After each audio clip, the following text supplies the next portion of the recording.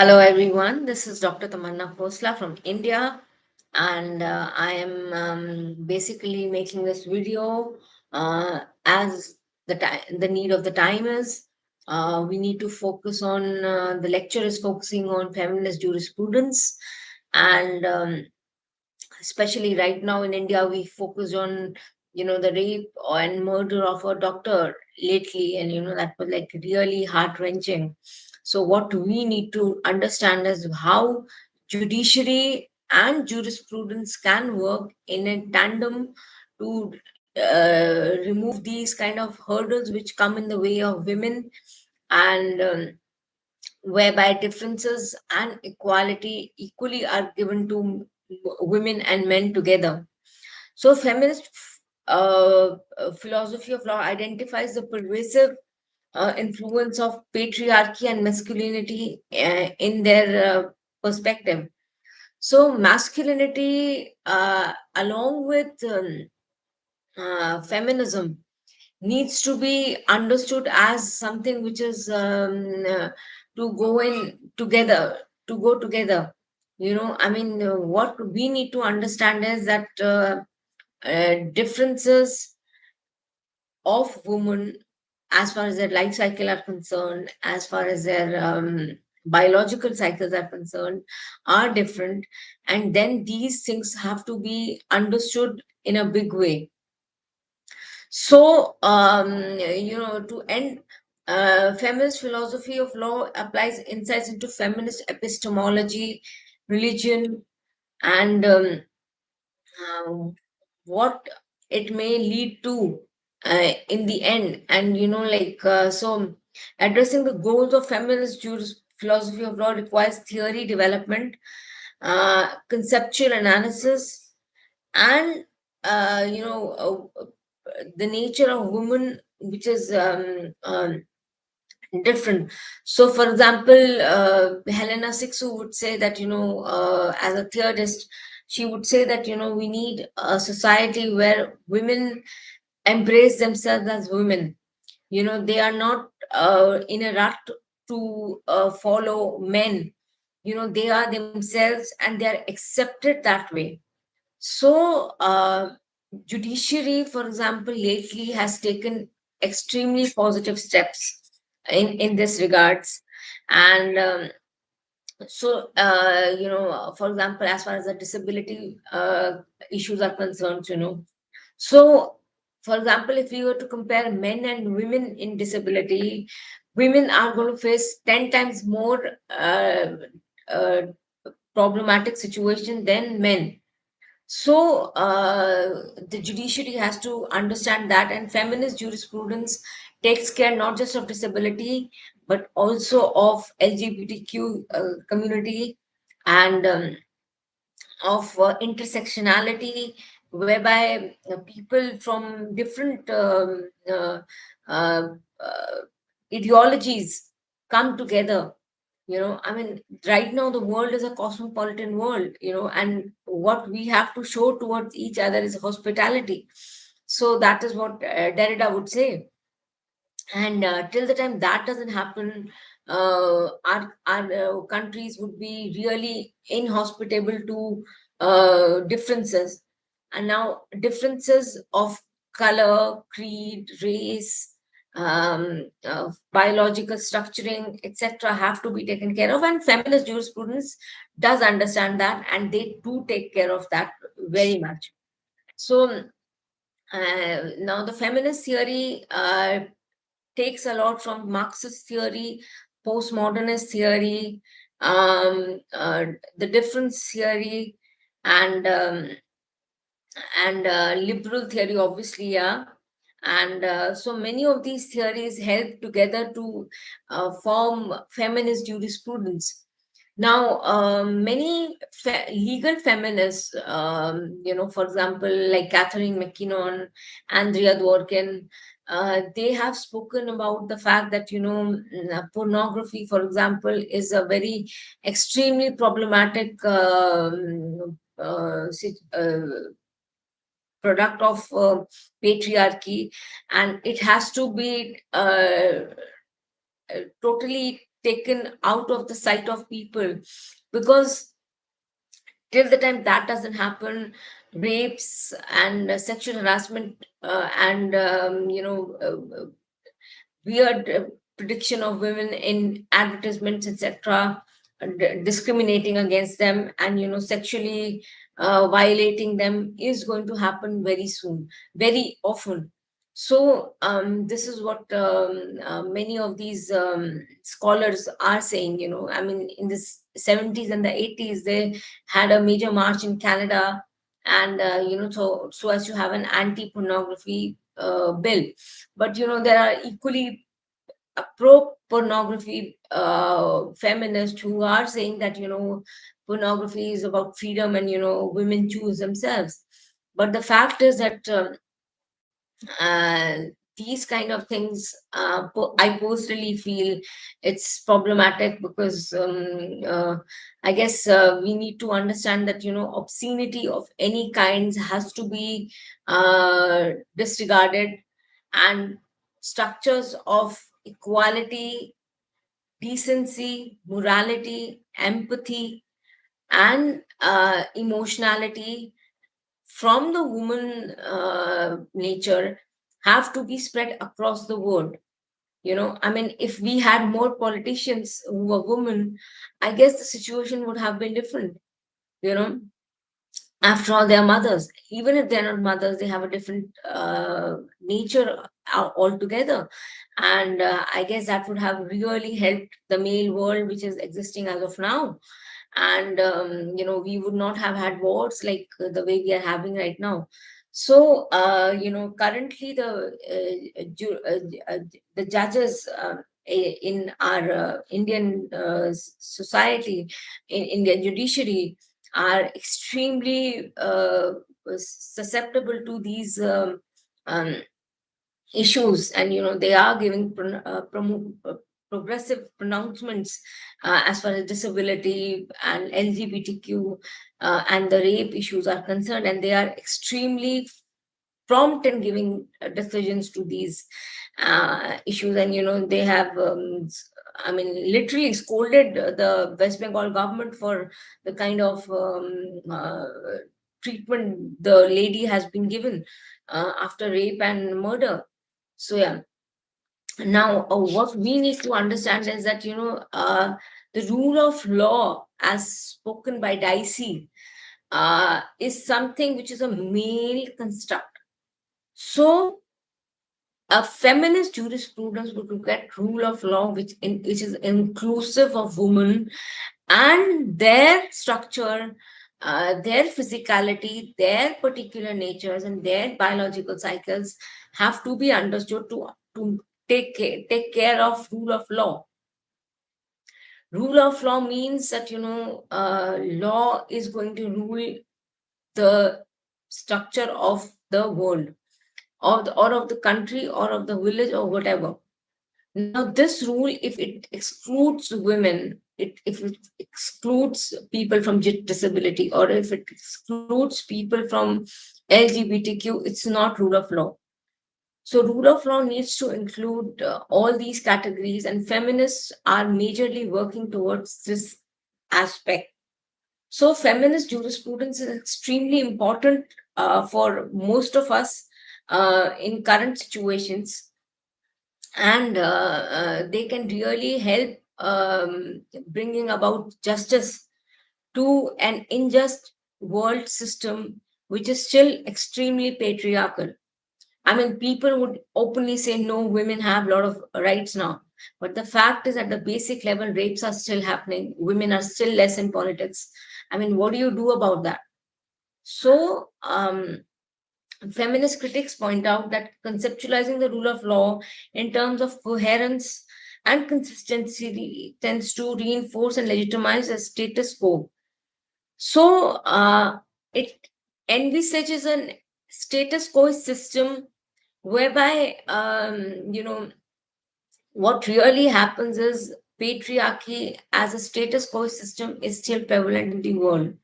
And what the philosophers and the legal theorists do is exclude women from the whole structure of power. So feminist jurisprudence work as to include, for example, Martha Meena would say that differences and equality need to go hand in hand. So what we need to do is that, we have to include women inclusively in a structure which is largely, it is patriarchal, and it does not, it excludes women from power structures.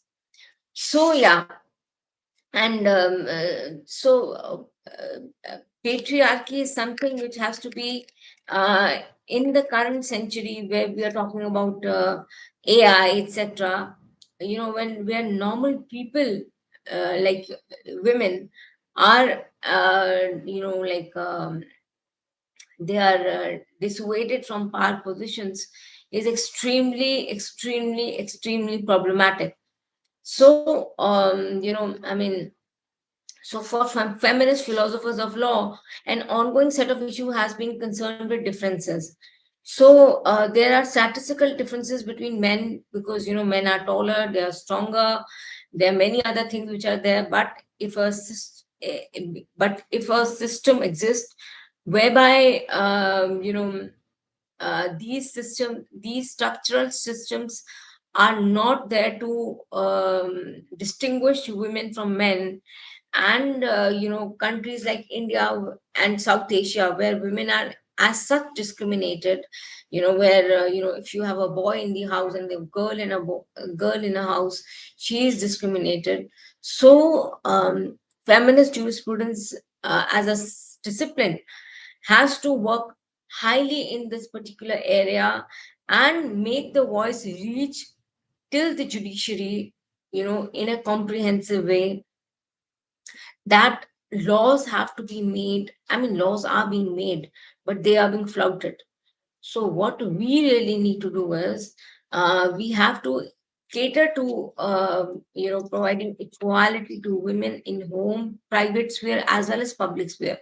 So both the private and the public sphere come into the picture in these areas, and women, in be it in the family, because there are like a lot of narcissist families in India and worldwide, but more so in India, for example. I mean, I'm speaking from India, so I mean, I can tell you from my experience. I mean, many of the mothers and the fathers are narcissistic, and so I mean, judiciary has to enter the private sphere. My personal take would be that, I mean, you can't just, I mean, for example, in India, if you were to approach a police and say that, my families are oppressing me, I'm sure no policeman would agree to it. They'll say this is none of our business. But the judiciary has to enter into this area. It is extremely important because it reduces women to pieces of, statues in their houses, and discriminated majorly and oppressed.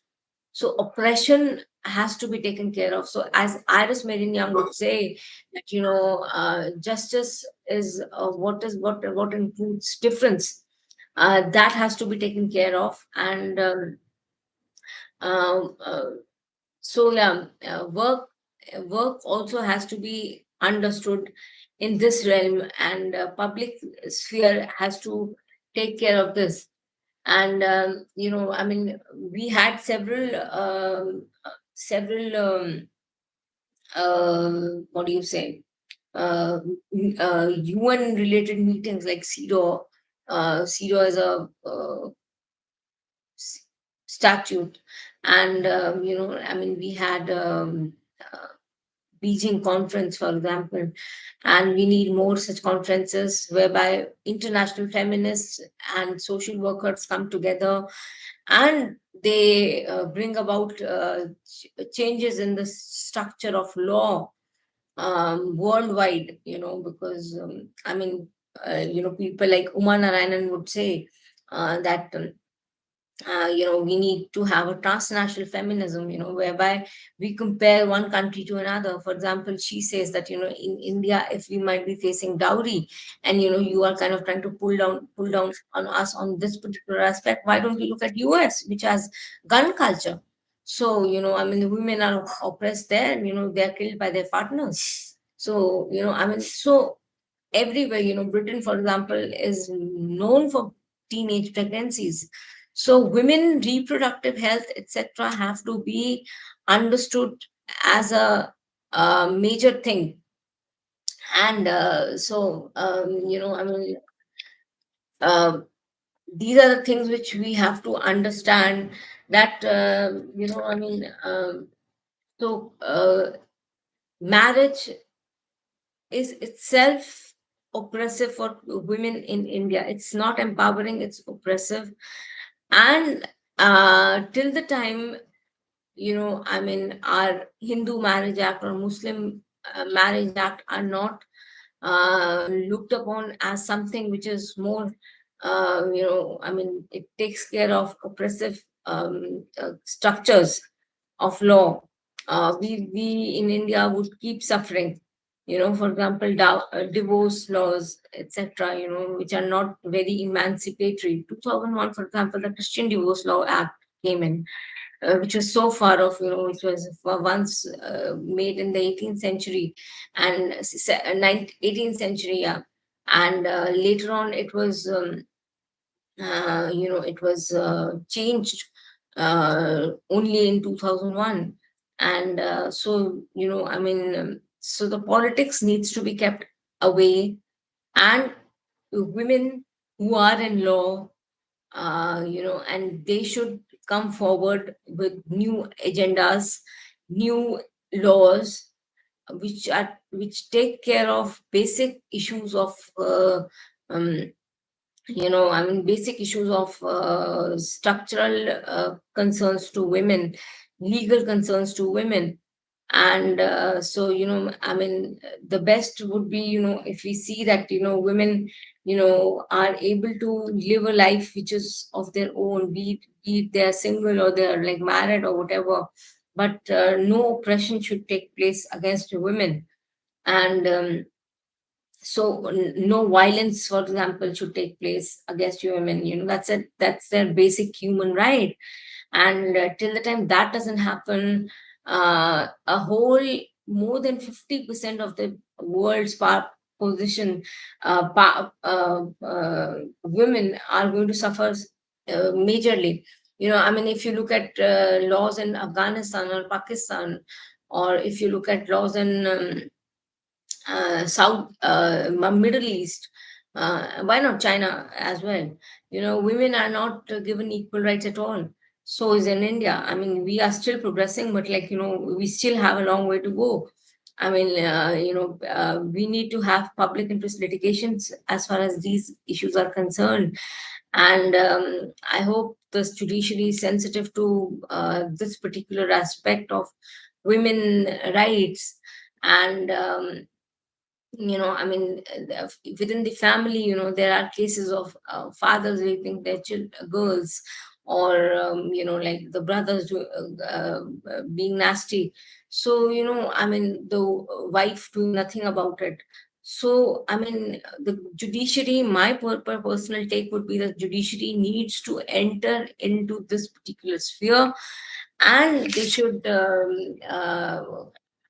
bring about changes in this whole structure of um, jurisprudence. So, feminist jurisprudence is an extremely important subject of um, law. And what we need to do is, we have to include feminist jurisprudence at the bachelor's and the master's level, and make women and male students sensitive to this particular aspect. And um, over the last 20, 30 years or so, many jurisdictions across the globe have enacted major improvements. I mean, that can't also be ignored. They have done it, but we need to do more. So, feminist jurisprudence as a subject can do major revolutions in the world of women rights. So, I mean, my personal take would be that, we should understand that, women are still, discriminated, and law is the only source of bringing about changes in public and the private sphere. So the family cannot be reduced into something which cannot be looked into. It has to be it premarital or be it postmarital, or be it single or married. Women rights are rights which have to be protected, and that's the only way it could be. Thank you so much.